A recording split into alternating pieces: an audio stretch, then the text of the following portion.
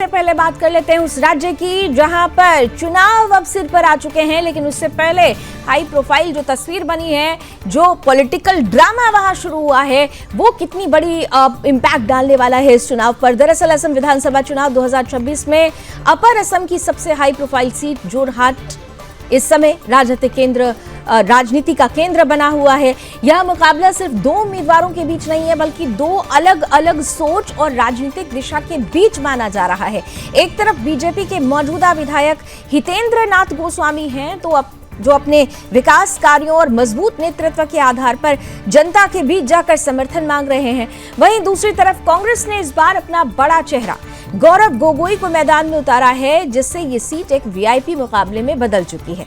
अब इस बीच सुदर्शन न्यूज के साथ खास बातचीत में गौरव गोगोई ने बीजेपी पर जमकर निशाना साधा है। उन्होंने कहा कि बीजेपी ने देश में और विदेश में अपनी ही संपत्तियों के विकास पर ज्यादा ध्यान दिया, जबकि कांग्रेस हमेशा गरीबों और आम जनता के हित में काम करती रही है। साथ ही उन्होंने ये भी कहा कि अगर उन्हें मौका मिलता तो वो असम के स्वदेशी लोगों के अधिकारों और उनके समग्र विकास के लिए काम करेंगे। जोरहाट में मुकाबला बेहद कड़ा माना जा रहा है और हर वोट यहां निर्णायक साबित हो सकता है। लेकिन इस बीच जिस तरीके से गौरव गोगोई पर पाकिस्तानी एजेंट होने का जो आरोप लगाया गया बीजेपी की तरफ से, मुख्यमंत्री हेमंत बिस्वा शर्मा की तरफ से, उनकी पत्नी के पाकिस्तान से लिंक को लेकर, उसके बाद से ही ये सीट इस मायने में भी बेहद खास हो जा रही है, क्योंकि गौरव गोगोई के लिए एक बड़ा चैलेंज सामने बीजेपी ने रख दिया है, उन पर पाकिस्तानी एजेंट का आरोप लगाकर। लेकिन इस बीच गौरव गोगोई सीधे तौर पर कह रहे हैं कि बीजेपी दरअसल मुद्दों से भागती है, मुद्दों को भटकाने की कोशिश करती है और हर हाल में इस बार असम की जनता सच को समझकर वोट करने वाली है। किस तरह से यहां पर जो हर एक वोट है वो निर्णायक साबित हो सकता है, इसका जायजा लिया है हमारे संवाददाता ने। गौरव जी, आप बिल्कुल भी परेशान नहीं लग रहे हैं। आप हेमंत जी से कोई फर्क नहीं पड़ता है क्या? यू लुक सो काम एंड रिलैक्स। आप लोगों का आशीर्वाद हमारे साथ है, इसीलिए हमें लोगों से काफ़ी ताकत हमको मिल रहा है। जी, BJP says they are fighting on agendas.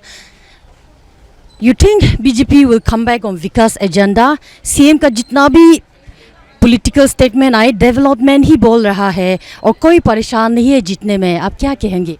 विकास तो हुआ है, उनका धन संपत्ति बड़ा है, उनका अमेरिका में, उनका मिडिल ईस्ट में उनका कंपनी हुआ है, वो अब करोड़पति मुख्यमंत्री की लिस्ट में आए हैं। तो प्रॉब्लम है कि उनका विकास में सिर्फ मुख्यमंत्री और उनके आसपास के मंत्रियों का विकास हुआ है। हम जो कर रहे हैं गरीब लोगों की सरकार बनाएंगे। Thank you. The Ahom communities wants to see you as chief minister, but only time will decide that, sir. However, apart from Ahom, several other communities have not been granted ST status, are unhappy. What would you like to say to them, sir? तो हम जो 6 हमारे communities हैं जिनका ST demand है, उसको हम support करते हैं, और जो हमारे ट्राइबल्स हैं उनके भी बहुत से कंप्लेंट्स हैं कि कैसे उनका ज़मीन बिना पूछे अडानी अंबानी बड़े कंपनी को दिया गया है, उस पर भी कार्रवाई होगी। So that was Sri Gaurav Gogoi, 100 number Jorhat constituency Congress candidate for Assam election 2026, and he was also the LOP deputy leader in Lok Sabha and the desired chief minister candidate face for the people of Assam. The people of the Ahoms communities are expecting and wishing to see Gaurav Gogoi as the chief minister of Assam, but that only time will decide. And let's see how this election and the narrative can convince the other ST communities who were not being granted the ST status, were also keenly unhappy. So let's see how this narrative will shape this political campaign. Let's see how the Congress can make a big comeback, or the stronghold of the sitting BJP MLA can make a good impact on the agendas of the development. Let's see what the results will say. This is Tejatal Nakro reporting for Sudarshan News with camera person Ajay Vikram Singh at Jorhat, Assam. नमस्ते, अभी Jorhat town में है। हम यहाँ जोरहाट की निवासियों से जानने की कोशिश करेंगे इस बार की चुनाव में आप पार्टी को देख के वोट करोगे या कैंडिडेट को देख के वोट करोगे? हम लोग तो कैंडिडेट के देख के ही वोट करेंगे। क्या हम लोग को कांग्रेस ही आना चाहिए। क्या हम लोग को जो मतलब हम लोग मुश्किल में है, जो हम लोग को गृहकर्मी माने डोमेस्टिक वर्कर के हम लोग जो है वो लोग माने बहुत नीचे का लोग है। हम लोग का जो हम लोग जो काम करते हैं वो न्यूनतम मजदूरी नहीं मिलते हैं। जो हम लोग काम करते हैं वो सप्ताह में एक दिन भी छुट्टी नहीं मिलती है। हम लोग यहाँ पर आया है तरुण गोगोई के पास में।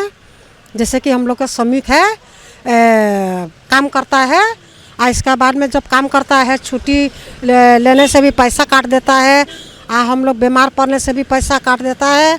और इसके बाद में हम लोग मजदूरी करेगा तब तो खाएगा, मजदूरी नहीं करेगा तो कहाँ से खाएगा। इतना दिन से हम लोग वोट दे रहा है लेकिन हम लोग का कोई सुविधा नहीं मिला है। हाँ भैया, आप भी कुछ कहना चाहोगे? यहाँ आप जोरहाट की निवासी है, कैंडिडेट को वोट देते हो या पार्टी को वोट देते हो? किसको देख के वोट देते हो? देखिए, हम लोग निर्माण श्रमिक का तरफ से आ रहा है। हम लोग यूनियन पार्टी है निर्माण श्रमिक का। हम लोग आया है गौरव जी का पास, उससे भेंट किया है। जो हम लोग का समस्या है वो सब देखेगा। वो लगता है आप लोगों के ऊपर गौरव गोगोई जी से बहुत उम्मीदें खड़े हुए हैं। हाँ जी हाँ। भैया, आप भी कुछ कहना चाहोगे? आप लोग कैंडिडेट को देखते हो या पार्टी को देखते हो यहाँ जोरहाट की निवासी? जो सरकार है, हम लोग देखा है कि इस सरकार ने जो लेबर कोड है वो लाया है। तो जो लेबर कोड लाने से हमारा श्रमिक के ऊपर बहुत बड़ा एक जुल्म हुआ है। जो श्रमिक का आवाज़, श्रमिक का जो आवाज़ है, जो डिमांड है, वो अब नहीं रहेगा। और ये लेबर कोड की वजह से श्रमिक का बहुत दिक्कत होगा और श्रमिक कुछ भी नहीं कर पाएगा। और हम देखते हैं असम में, जोरहाट में श्रमिक का अच्छे से मजदूरी नहीं मिलता है, अच्छे से काम नहीं मिलता है और बाहर से लोग आके यहाँ पे काम करते हैं मिनिमम वेज पे। जोरहाट का खूबसूरत शहर, अपर असम की वो सीट जहां इस बार सिर्फ चुनाव नहीं बल्कि एक बड़ी सियासी टक्कर देखने को मिल रही है। एक तरफ कांग्रेस का बड़ा चेहरा गौरव गोगोई और दूसरी तरफ बीजेपी के मजबूत और एक्सपीरियंस नेता हितेंद्र नाथ गोस्वामी। ये कंस्टिट्यूएंसी हमेशा से एक पॉलिटिकल और कल्चरल हब रहा है और इस बार एक वीआईपी सीट बन गया है जहां लड़ाई सिर्फ कैंडिडेट की नहीं बल्कि आइडियोलॉजीज की भी है। ये लड़ाई सिर्फ वोट की नहीं है, ये लड़ाई है नैरेटिव की, आइडियोलॉजी की और फ्यूचर लीडरशिप की। बीजेपी यहाँ अपने डेवलपमेंट मॉडल और स्ट्रॉन्ग गवर्नेंस को हाईलाइट कर रही है, जबकि कांग्रेस ग्राउंड लेवल पर इश्यूज और पब्लिक कनेक्ट के साथ वापस आने की कोशिश में है।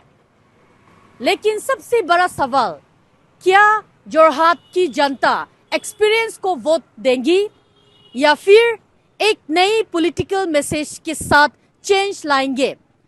इस सीट पर हर वोट की कीमत है और रिजल्ट अपर असम की सियासी की डायरेक्शन तय करेंगे। सबसे इंटरेस्टिंग बात यह है कि यहाँ का इलेक्शन कैंपेन काफी हद तक इशू बेस्ड और शांत नजर आ रहा है, जो असम की बाकी सीट से इसे अलग बनाते हैं। आप देखने होगा कि जोरहाट की जनता इस बार एक्सपीरियंस को चूज करती है या नई लीडरशिप पर ट्रस्ट करती है। जय हिंद, मैं हूं तेजु तलनक्रो। सुदर्शन न्यूज चैनल के लिए कैमरा पर्सन अजय विक्रम सिंह के साथ जोरहाट असम से।